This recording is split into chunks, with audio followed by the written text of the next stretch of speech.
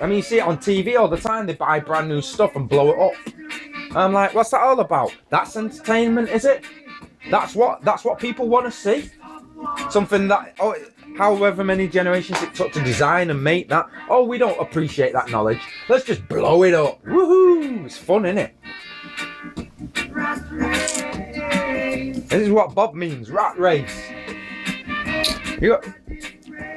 It's mix up. There's no unity in the human cause. We claim to have all of that knowledge and wisdom and this and science. Truly our technology is far superior to our wisdom right now. And for a long time it's been like that. It takes the Renaissance men who actually make the thing and know how the thing works and knows what it's for. In a way, you know, like back in the day, someone would invent something and they wouldn't share that with the world. It was just for themselves, you know. They'd have their own private version of something. And then years later, people would find out about it and use that technology. But they didn't want no one to have it because they just felt, you know what? I made it. I discovered it. I was bothered about it. Why should you get it for free? You're not bothered. You didn't sweat over it. And yet we're in a society these days where, oh, you got to give everything away. Oh, if you do music, oh, can you give us a copy? Why should I have to give you a copy when I've spent a month working on it? Well, how does that work? Is that me caring about you or you not caring about me? Oh yeah, so I'm a fool because I care.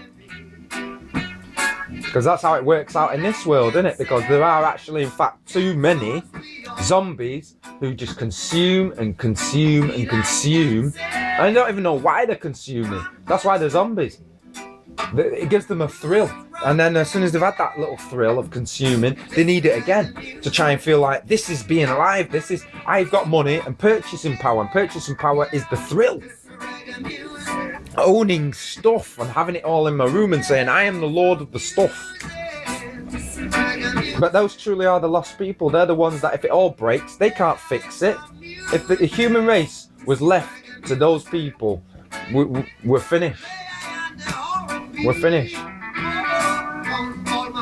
Maybe it is a genetic disease. Maybe, you know, just being that stupid is a genetic disease. And because we've had, you know, luxury and decadence for so long and it's all for free on tap, that kind of mental illness explodes, you know, the same way that the population explodes. Stupid people just start, you know, having more stupid people, which is what you're saying, stupid people having children. As opposed to, but everybody's stupid then, aren't we? And we were born in stupidity. Was our parents perfect with it? I just think old societies were good at lying. They had the myth, and the myth was what they put up and said, no, life is perfect, we're all married, and nobody had children out of wedlock. A lot of the time they'd have children out of wedlock, but before the child was born, they'd get married to cover that, you know? The honour was really in taking care of their responsibilities towards each other, which is man and woman and child.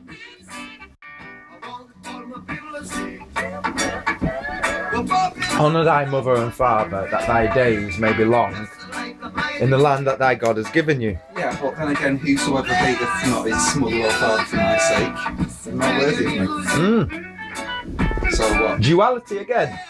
Not duality, just growth. Yes, that too. And I'll explain what I mean by that.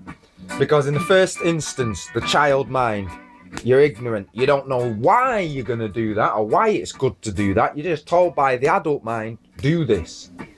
The other has to tell you. Otherwise, you're going to have to stumble across that lesson in life. It's great when you've got parents or somebody that cares for you, right? Because they're going to teach you wisdom. And that's what they should be teaching you. You know? These days, parents don't teach mathematics and all the rest of it because they don't have the facilities. But we can still teach them in our own way, according to the way that we were taught, you know? So we pray that original knowledge was correct and true. But how you piece it together with life experience and say, well, it's wisdom now, and it becomes wisdom because this is what's good for you, and this is what's good for others.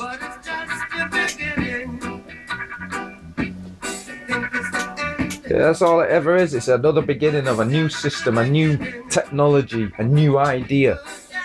You know, the earth is just eternal in the sense that, yeah, the earth is eternal. Flesh and blood ain't eternal, but the species of things is eternal. You know, human beings 5,000 in the future, 10,000 years in the future will still be it, but me and you won't be. But everything we did could have an impact on that future, and that's like eternity. That's immortality. Just like having children is immortality. Having children is immortality. So even though people aren't ready to have the responsibility of immortality, we have a human race here, and it will continue. And the reason it continues in ignorance is because there was a lack of light. If the light isn't being shown to all people, clearly they're not going to get the light. You've got to forgive them, Lord, because they don't know as much as those that are well studied of the truth. Because the more that is known, the more that is required of you. So it's a requirement, it's duty that comes before self. You understand? That's why it's a duty for us to protect the human race. Self-finds fulfillment. Fulfillment, well, define that, because there's two ways you can look at that word. Fulfillment, like as in you're doing a job, you're fulfilled. Or fulfillment, no, I've done enough, I'm fulfilled. You know, happiness you're talking about. Necessarily. Are we talking about self-pleasure? We're just talking about a general kind of happiness, you know. Who says we're talking about happiness at all? Well, you said fulfilled, and I'm redefining that to a simpler distillation of that word, fulfilled, because that's a big thing. That's a big word. Fulfilled could be like, well, if I don't do all these parts, then I'm not fulfilled. Fulfilled could be the less I have to do, I'm fulfilled. You know, that depends on that person. That's not really the answer, because you could have a bunch of lazy people who feel fulfilled sitting down watching TV and doing nothing. Yeah, they're not productive to what the rest of humanity needs. You see, so when we're talking about judging, because when we judge government, everyone's going to get judged right back again, you know, because that's where Utopia idea comes from. Well, what are you contributing, they'll say. Are you really necessary right now? Should you be here? Getting money, etc.? Why? Oh, because you was born? Oh, well, I'm very unsympathetic. There's lots of people been born. We was all born. So now we're going to start being divisionals, and you know what I mean? That's why you got to be careful with belief systems and religions and all the rest of it. Christ was, to me, the model of a man, a perfect man, because in that myth or reality, whichever one you want to believe, the storytelling is the important bit. The message is the important bit, not the messenger. You know, could be anybody who lived that life, but the message, that's the key bit. How do we live our life? Not just live a life and feel fulfilled, because that's the self-delusion, isn't it? That's saying, I've done enough, Lord. That's why it says in the Bible, you know, you're not saved by works. It says faith without works is a dead faith. It's death. It's not really belief in anything, because you're not actually doing anything. Yeah, so that's the same as saying lazy people or people who just talk without acting truly have a dead faith. People that work in that faith bring it to life and manifest it. But just because they manifest it, just because they got works to show for it, doesn't save you. The only thing that saves you at the end is what? Grace. Mercy. Mercy will save you. How does mercy save you? Because it's just the same as people who want to go to court and sue somebody to the umpteenth level with no mercy. You know? And then they say, well, that's justice, isn't it? He's took an eye, Lord, so I demand his eye, an eye for an eye. Yeah?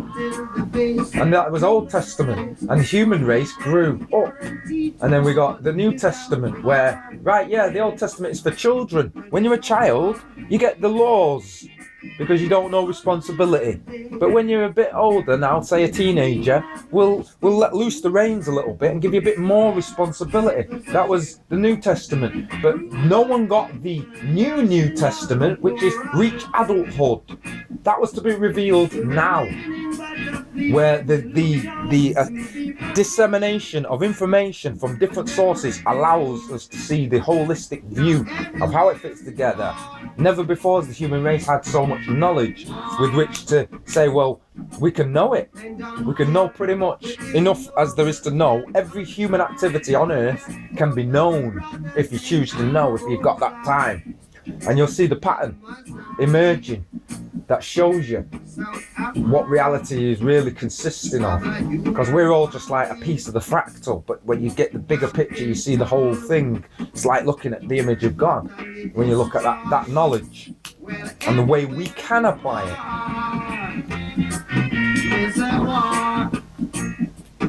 War is just a state of ignorant mind. It's not reflecting on other, it's reflecting on self.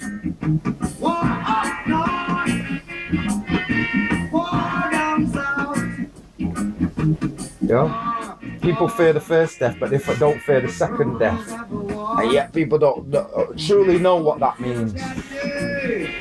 Because even though flesh could be lost, the consciousness of human kindness in the world, yeah, that must continue, or there will be no more human beings ever. Yeah, and that is responsibility.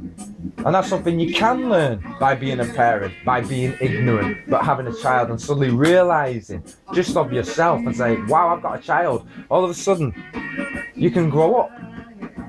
It's not like, it's like saying, well, God lied then, because God put the spirit in that child. They shouldn't have had the sex. I don't think it's about that at all. You know? It's just that as adults, we like to think we always knew what the answer was. And we say, yeah, I was born and my parents were perfect parents. They didn't stumble in any way. They didn't make mistakes. Parents make mistakes. Of course they do. They're human. But that doesn't mean that the child should now be the ruler of parents because they're human and fallible. They've got obviously more knowledge. And therefore they should have more wisdom. The problem is how we're taught today vastly differs from how generations before us was taught. The interference by the state has vastly changed that outlook on life. What was important, family and community and friends and things like that, has been replaced with money and prideful things that really separate us and make us just singular people living our singular life. And it's very easy when you're alone to think all sorts of things and think I am right and nobody will believe me. But it's also a self-sustaining prophecy that you end up creating more aloneness by not being with your fellow human being.